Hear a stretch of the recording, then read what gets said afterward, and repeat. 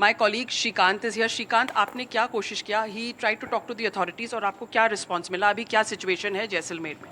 मैंने प्रशासन के लोगों से बात करने की कोशिश की, पुलिस के लोगों से बात करने की कोशिश की, कुछ इंटेल जो मेरे सोर्सेज थे इंटेलिजेंस में उनसे बात की, लेकिन कोई भी कुछ भी रिस्पॉन्ड नहीं करा। वो यही कह रहा है मतलब एक पैनिक का माहौल था। कहीं ना कहीं एक पैनिक है, और अभी सबसे ज़्यादा जो इम्पोर्टेंट है, प्रायोरिटी है इस सिचुएशन को कंट्रोल करना और उसके बाद कोई बातचीत करना। तो हम भी समझ पा रहे हैं, लोग जो है वो लगातार सोशल मीडिया पे भी कई अलग अलग जगह से वीडियोस आ रहे हैं। रामगढ़ से एक वीडियो आया, पोखरण से, हालांकि कंफर्मेशन नहीं हो रहा है कहाँ क्या हो रहा है, लेकिन जैसलमेर सिटी के आसपास का जो इलाका है, दो तरफ में सिटी बटी है। एक तो जो पुराना शहर है और दूसरा जहाँ हम अभी खड़े हैं, इस पुल के दूसरी तरफ का शहर है।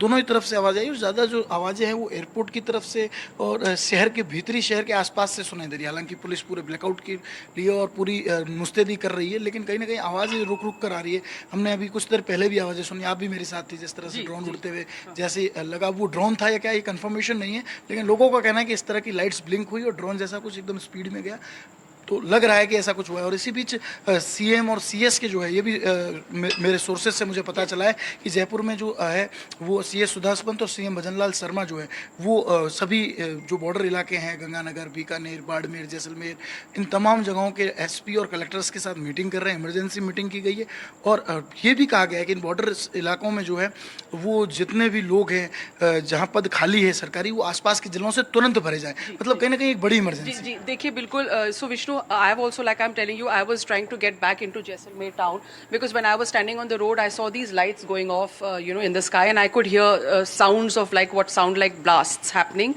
Well, blasts in the sense in the distance, but very soft kind of explosion type of sound definitely happening. So we then decided to move to a safe place. We've come here, and there was an army. There were some army vehicles which were stopped here. They stopped me from going ahead. They've said that I should stay here. I should not try and go into town because it's not safe, and I can even now, in fact, hear sounds. Shrikant, आपको सुनाई दे रहा है पीछे? मेरे को एक देखिए रुक रुक के आवाज आ रही है अभी भी। जैसे देखिए एक लाइट सी हल्की सी ब्लिंक होती है और फिर आवाज आती है, एक सिलसिला रुक नहीं रहा है। और ये कह सकते हैं कि आवाज धमाके की हो सकती है, पूरी संभावना मेरे को भी सुनाई दे रही है और आप भी सुन पा रहे होंगे। So Vishnu, we are not really being able to confirm exactly what it is. We are hearing that blasts are taking place. There's sounds in and around Jaisalmer, definitely sounds, and there's an entire blackout here.